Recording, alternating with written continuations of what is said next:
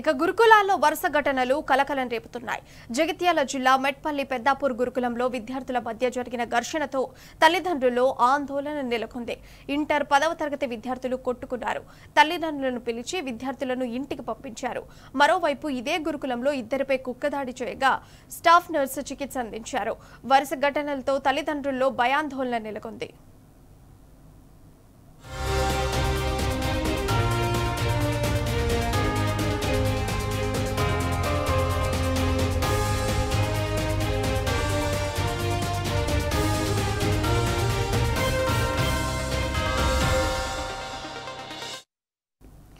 ఈ అంశానికి సంబంధించి మరింత సమాచారం మా ప్రతినిధి సందీవరావు ఫోన్ లైన్ ద్వారా అందిస్తారు.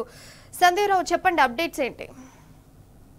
జగిత్యాల జిల్లా పెద్దాపూర్ ఈ పాఠశాల కళాశాల వరుసగా రాష్ట్ర వ్యాప్తంగా కూడా సంచలనంగా మారుతోంది. ఎందుకంటే 4 నెలల క్రితమే 15 రోజుల వ్యవధిలో ఇద్దరు విద్యార్థులు గణాదిత్య అనిరుద్ అని ఇద్దరు విద్యార్థులు మరణించారు. అయితే దానికి ఫుడ్ పాయిజన్ కారణమా లేక పాము కాట అనేది తెలియరాలేదు. అప్పటికి సిరిసిల్లకు చెందినటువంటి ఇందులో మరణించిన బాలుని కేటీఆర్ గారు పరామర్శించారు. ఆ పరామర్శించిన మరుసటి రోజే పెద్దాపురం గురుకులానికి డిప్యూటీ సీఎం బట్టితో పాటు ఇతర మంత్రులు కూడా వచ్చి విద్యార్థులకు ఎటువంటి హాని కాకుండా చూస్తామని హామీ ఇవ్వడంతో తిరిగి 2 నెలల తర్వాత మళ్ళీ ఈ కళాశాల పాఠశాల పునఃప్రారంభమైంది. అయినప్పటికీ కూడా తీరు మారలేదని మనం చెప్పుకోవచ్చు. ఎందుకంటే అప్పటి ఘటనలో 15 రోజుల వ్యవధిలో ఇద్దరు మరణించడంతో ఇద్దరు ప్రిన్సిపల్ను సస్పెండ్ చేశారు. అనంతరము తాజాగా ఫుడ్ పాయిజన్ ఘటనలు జరగడంతో ఇటీవల ఫుడ్ సేఫ్టీ అధికారులతో పాటు వైద్యాధికారులు తనిఖీ నిర్వహిస్తుండగా అక్కడ అదే పాఠశాలలో ఎలుకలు బయటపడ్డాయి. పలువురు విద్యార్థులు అస్వస్థతకు అంటే వివిధ రకాల జ్వరంతో పాటు ఇతర చర్మ సంబంధించిన వ్యాధులు కడుపు నొప్పితో బాధపడాలని గమనించి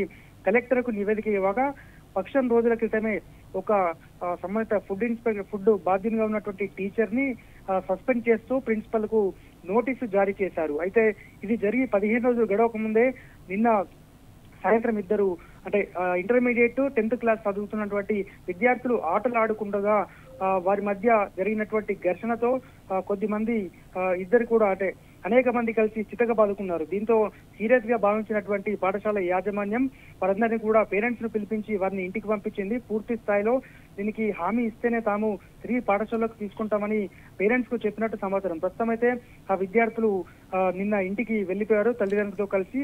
ఇది జరిగిన కొద్దిసేపటికే కుక్క కాటుకు బలయ్యారు 2 నుంచి 3 విద్యార్థులు. అదే పాఠశాల ఆవరణలో తిరుగుతున్నటువంటి కుక్కలు కరవడం అనేటువంటిది మరొక సంచలనాంశంగా చెప్పుకోవచ్చు. వరుసగా అంటే ఈ పెద్దాపూర్ గురుకుల పాఠశాలలో 4 నెలలుగా ఈ 5 ఘటనలు జరగడం అయితే పెద్ద సంచలనంగా మారింది. ఇంతమంది సస్పెండ్ అయ్యి మెమోలు జారీ చేసినప్పుడు కూడా ఇంకా వీరి తీరైతే మారట్లేదు. మరి మున్ముందు ఎటువంటి చర్యలు తీసుకుంటారు, ఇప్పటికైనా ఈ గురుకులం తీరు మారుతుందా అనేది మనము చూడాలి. విషసర్పాలు బయటపడుతున్నాయి, కిచెన్ లో ఎలుకలు బయటపడ్డాయి, పాత భవనాన్ని కూల్చివేస్తుండగా 10ల సంఖ్యలో పాములను చంపినటువంటి సందర్భాన్ని మనం అదే రోజు వెలుగులోకి తీసుకొచ్చాం. మరి ఇంత జరుగుతున్న ఈ పెద్దాపూర్ గురుకుల పాఠశాల కళాశాల యాజమాన్యం సంబంధించి రాష్ట్ర ప్రభుత్వం మరి ఎలా వ్యవహరిస్తుందో చూడాల్సి ఉంది. ప్రియా.